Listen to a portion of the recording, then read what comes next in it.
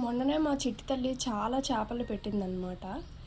వీటికి ఏంటంటే ఫుడ్ పెట్టేటప్పుడు పెద్దవాటికైతే 2 లేదా 3 వేసుకోవచ్చు. నేను వేస్తున్నాను చూడండి. చిన్నవాటికి వేసేటప్పుడు ఇలా స్మాష్ చేసుకొని వేసుకోవాలి, ఎందుకంటే అవి తినలేవు అన్నమాట.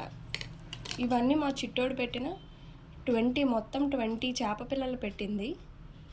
ఇది వచ్చేసి మా చేప పిల్లల ఫుడ్, ఒసాకి ఫిష్ ఫుడ్ అన్నమాట.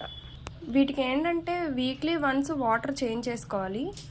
అది కూడా ఓన్లీ బోర్ వాటరే యూజ్ చేయాలి.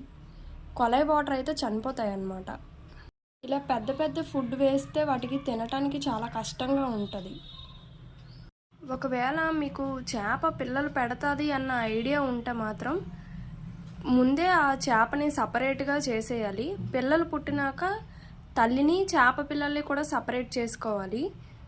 లేదు అనంటే పాపం వాటికి తెలియక అవే వాటి పిల్లల్ని అవే తినేస్తాయి అన్నమాట.